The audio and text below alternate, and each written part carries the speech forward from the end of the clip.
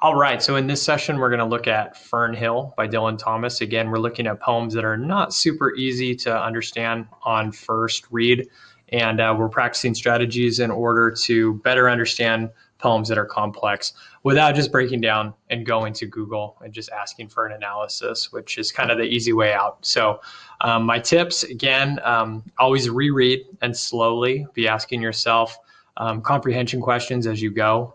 What's going on as you read. And then if there's a he, a she, an it, if there's a pronoun or an antecedent, be keeping track of that to what actually the poet is referring.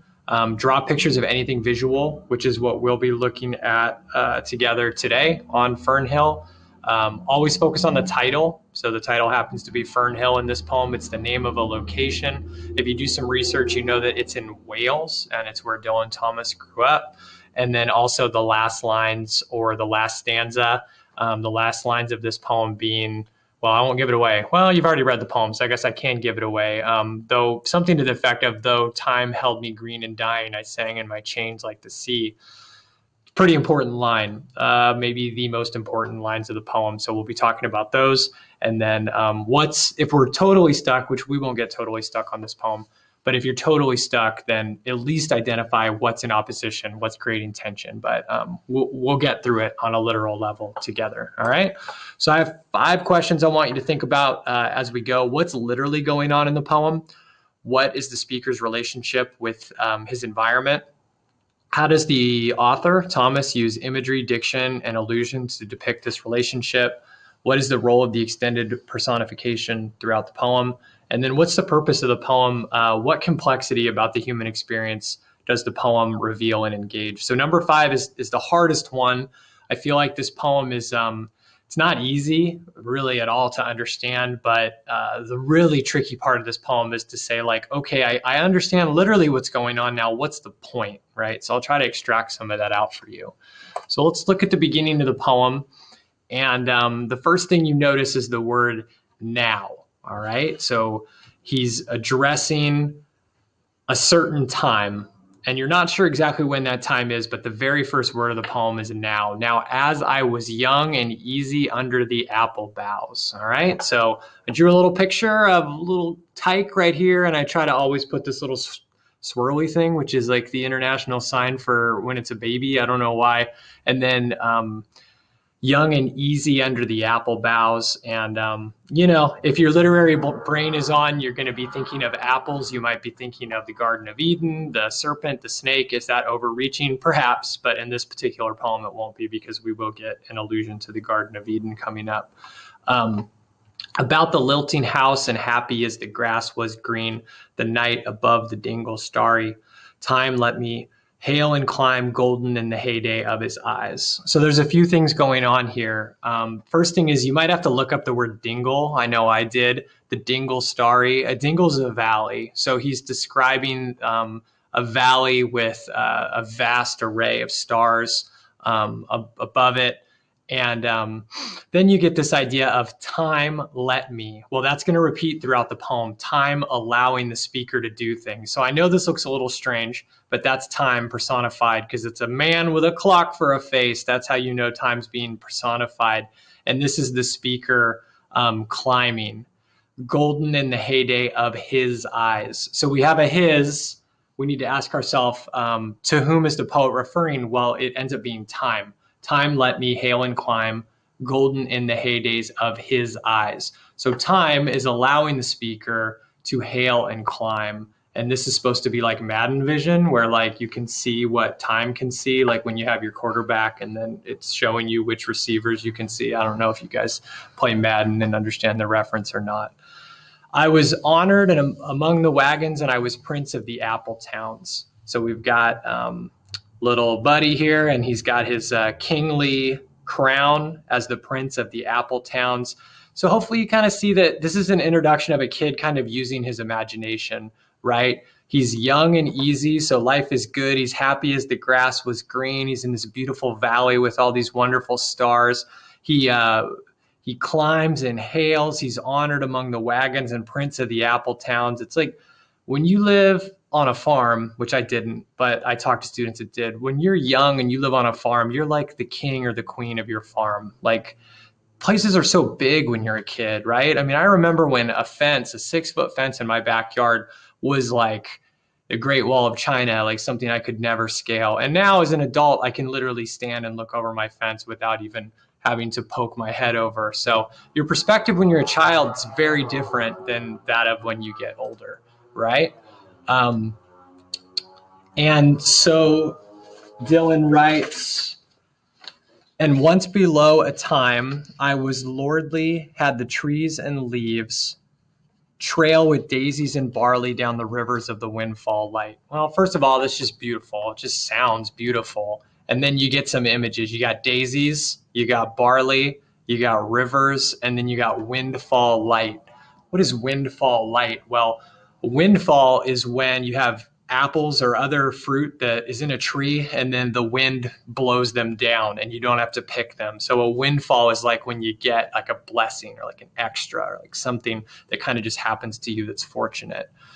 And I was green and carefree, famous among the barns and the happy yard, and singing as the farm was home in the sun that is young once only. So the sun too is young to the speaker, and you notice that the sun is young once only. So apparently the sun, the implication at least, is that the sun is going to get older, that the sun can only be young once. I don't know, there's some tension in there about we got the sun and it only gets to be young once. Again, he goes back with the repetition of what time allows him to do. Time let me play and be golden in the mercy of his means. And green and golden I was huntsman and herdsman. The calves sang to my horn, and the foxes on the hills barked clear and cold. So you can see my drawings a little better on the next slide. You got huntsman, so the image of like a young boy being like a make-believe hunter. So I drew this bow and arrow. And then he's got a horn. I should have drawn it the other way if you're going to actually blow into it. That looks more like a cornucopia. So for that, I apologize. I almost drew a fox, but I didn't. They're barking clear and cold. The Sabbath rang slowly in the pebbles of the holy streams. Well, for a second, just stop and think about how beautiful that sounds, and then kind of pick it apart. The Sabbath rang slowly. All right, well, Sabbath, you're thinking of like maybe church, right? You go to church on the Sabbath. And if it's ringing slowly in the pebbles of the holy streams, that's kind of a mixture of a lot of messages. One image or sensorial input could be church bells that are bouncing off of the water, right? That's the Sabbath ringing slowly in the pebbles of the holy streams. Or it's like sheerly metaphorical, and the speaker goes down to the stream and hears the sound of the water, and that's the sound of the Sabbath. Maybe there are no bells involved. I don't know. You can read it either way, but we've got holy streams, so that's a halo around my stream. All the sun long it was running. It's like a mixture of a lot of stuff, right? All the sun long. You don't really measure things by the sun, right? I mean, how many suns long is a football field or something like that? It's not designed to make literal sense, but I think it's another way of saying all the day. All the sun long it was running. Well, what is it? I think it's the speaker's experience. It was running. It was lovely. The hay, fields high as the house, and the tunes from the chimney. It was air and plain, lovely and watery, and fire green as grass.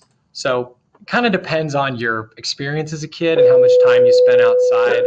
But for kids that did spend a lot of time, that grew up on farms, they seem to really be able to identify with this imagery. And if you've ever grown up in an agricultural place and you really do have fields high as the house, I know when I was a kid, I was always amazed at how high the corn would grow and how fast it would grow. And I did imagine what it would be like to be in a house in the middle of a cornfield, and eventually the corn would like get to your windows, and then it would get past your windows, and then you would kind of be like snowed in, but not in a scary way because it's corn and you could like push your way through. But I don't know, to imagine like the earth coming up and kind of rising up to your windows and above your windows, really beautiful image. And then there's this idea of tunes from the chimney.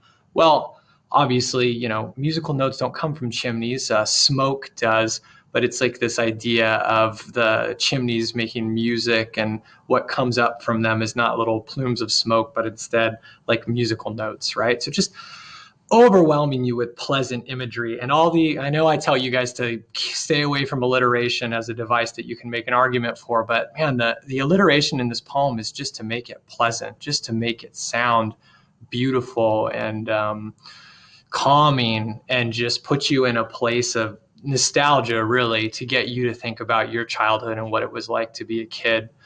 And nightly under the simple stars, as I rode to sleep, the owls were bearing the farm away.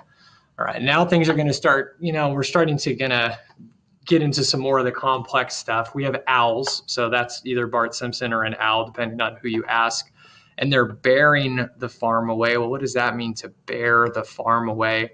So we need to take a second to put that in our, like, you know, our mental bank, thinking about it. All the moon long, I heard. So we had all the sun long, and now we have all the moon long, which would be the night, I suppose. Blessed among stables, the night jars flying with the ricks and the horses flashing into the dark.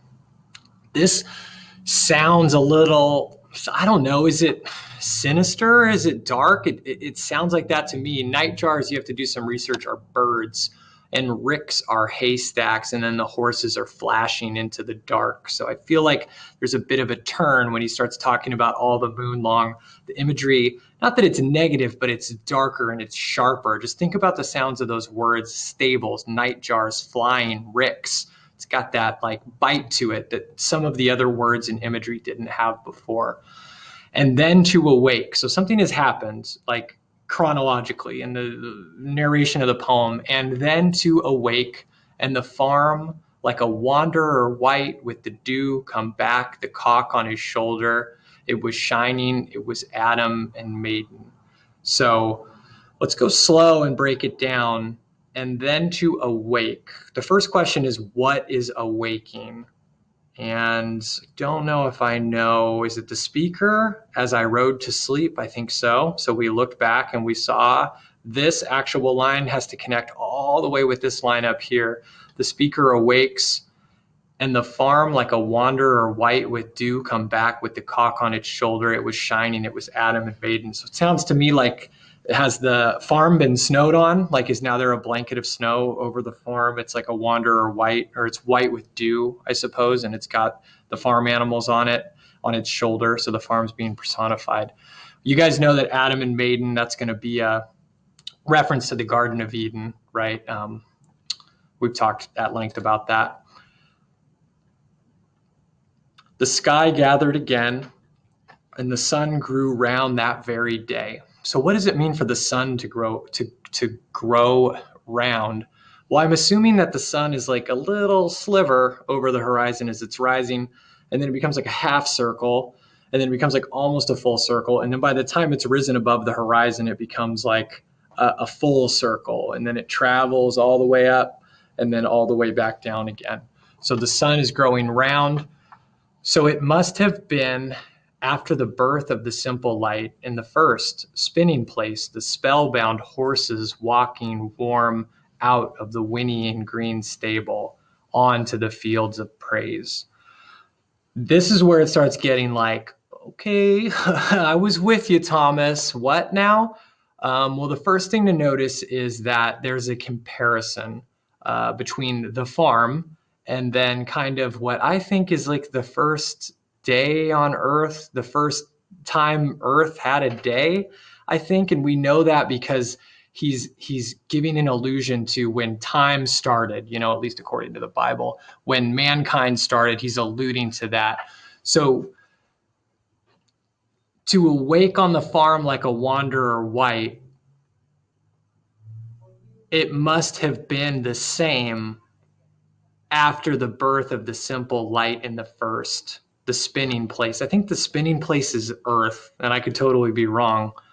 And then spellbound horses walking warm out of their whinnying stable. Your guess is as good as mine on what that literally means, but it sure sounds cool.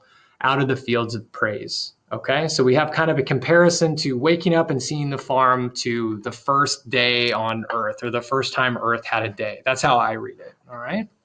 Then he goes back to his kind of childhood discussion, and honored among foxes and pheasants by the gay house, under the new made clouds, and happy as the heart was long, in the sun, born over and over, I ran in my heedless ways. So again, you get more description of him as a boy, young, and running in his heedless ways.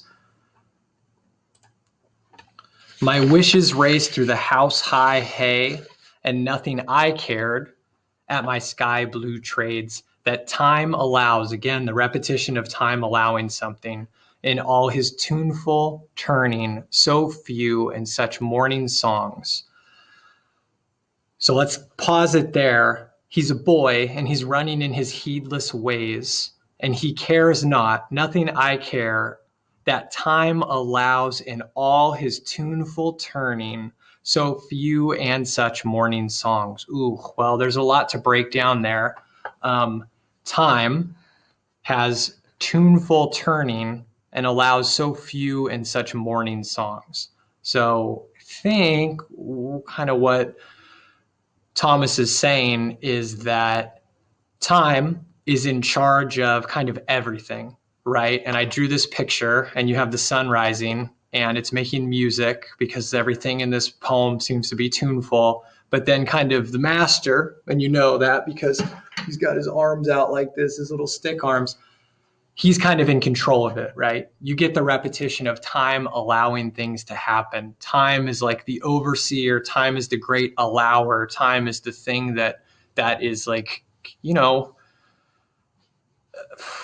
giving providence to all the things that are happening underneath it, right? So almost like this grand figure that's watching and allowing everything to happen beneath it.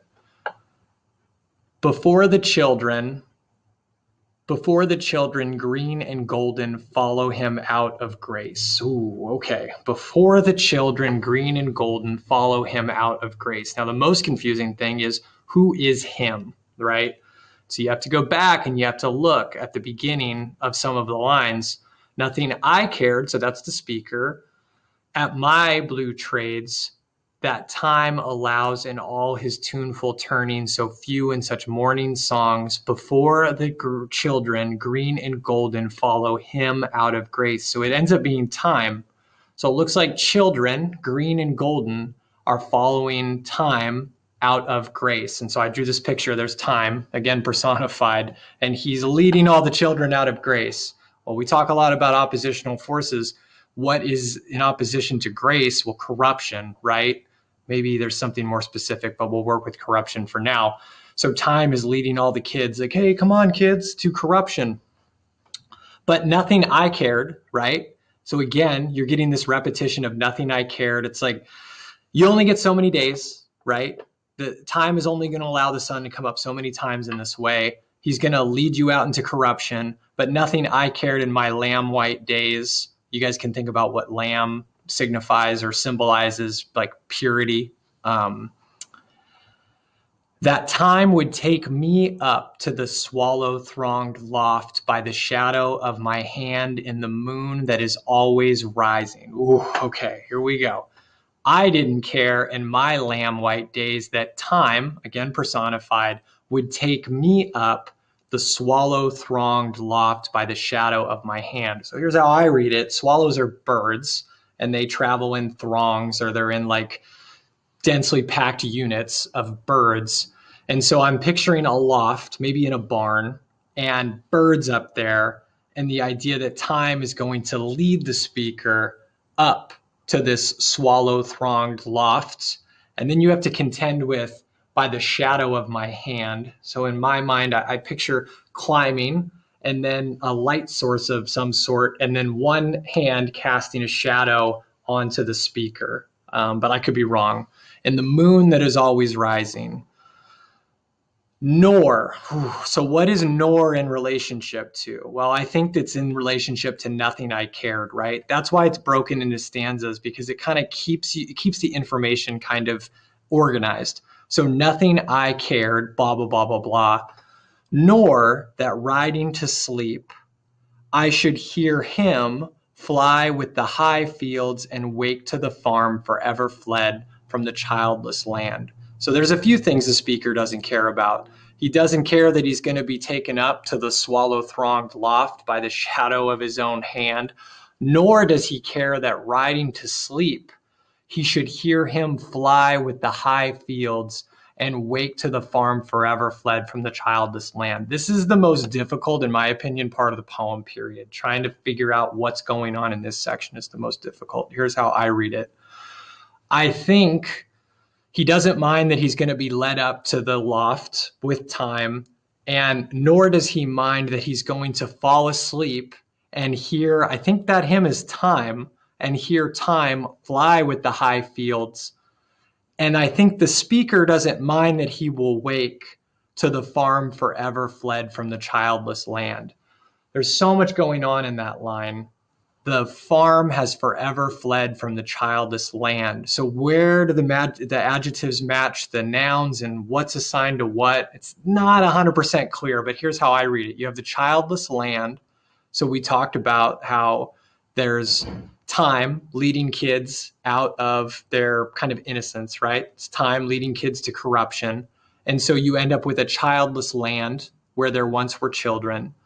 And then the farm has forever fled the childish land. So all of the house high hay and the tuneful chimneys and the water and the plain and the perfection and the holy streams, all of that imagery is forever fled from this childish land. So I know this didn't turn out right.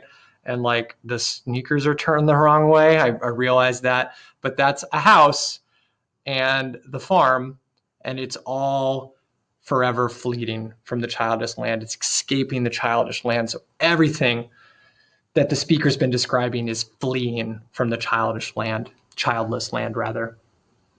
Oh, as I was young and easy in the mercy of his means, time held me green and dying, though I sang in my chains like the sea. So you get the end of the poem, but again, it's not exactly clear. Like we get a his, and it's like, who is the his? Well, this one, the pronoun comes before the actual referent. So I was young and easy in the mercy of his means. Time held me green and dying. So time is the his. I was young and easy in the mercy of time's means. Time held me green and dying, though I sang in my chains like the sea. There's a few more things to talk about. Green and dying. Well, what? Time is holding me dying and green. So I drew a picture. You have, again, and I know that's creepy, you have time personified, and he's holding the speaker green and dying. You have to think about green and what its associations are.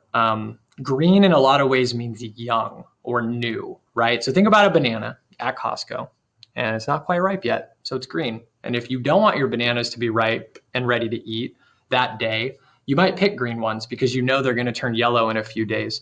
There's also an expression called greenhorn. A greenhorn is a person that's new to like a field. Like if you're a new truck driver, they call you a greenhorn, or maybe a new police officer, they call you green or a greenhorn. And apparently the rumor is that like when there's new animals that are born that have horns, the horns, when they're really, really small, like just as they're sprouting, are green. And then I've had kids tell me that that's not true. So I don't really know where the expression comes from, but like green meaning new. All right. And even though time is holding him, holding the speaker, both new, both young, and dying at the same time, he's singing in his chains like the sea. Oh, well, now we got chains and sea. It's like, dude, I was trying to stick with you and you're hitting me with like new images and new information. Well, the chains are a metaphor, right? We can think about what chains are. It's to be restricted. It's to be kept in. It's to be restrained. What's restraining the speaker in the poem? Well, it's time, right? Because time is in control of everything. Time is the puppet master. Time is allowing the sun to rise every morning. And so the speaker kind of feels like time is this chain around him. But what does he do while chained? He sings, right? And there's been so much singing throughout the poem, how the farm is singing and the chimneys are singing and the holy streams have the sound of the Sabbath in them. There's been all this music. And then the speaker makes his own music at the end of the poem, and he sings in his chains like the sea. So even though time is holding him young and new and dying at the same time, he's just going to sing. He's just going to go for it in the time that he has, even with the knowledge that he's dying. All right.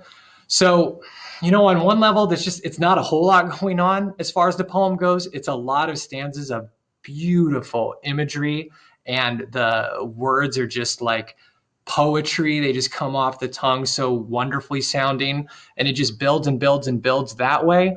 And then it's kind of this realization that you're not going to be a kid forever, that these moments when you're young and everything just seems perfect and you're out using your imagination, playing games in your own mind and kind of making up your own world, that's going to get shattered someday, and you don't get to live there forever. And eventually you have to go to second grade, and you have to listen to the teacher and eat lunch at a certain time, and society will try to kind of crush you up and kind of mold you into what it wants to be. And you don't get to be that in your own mind, that perfect individual having that perfect experience forever.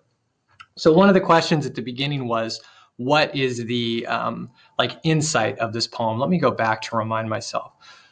What's the complexity about the human experience from the poem? And it's that, I know it's a little cliched, but hopefully Thomas wrote it in a way where you didn't realize the cliche until I said the cliche.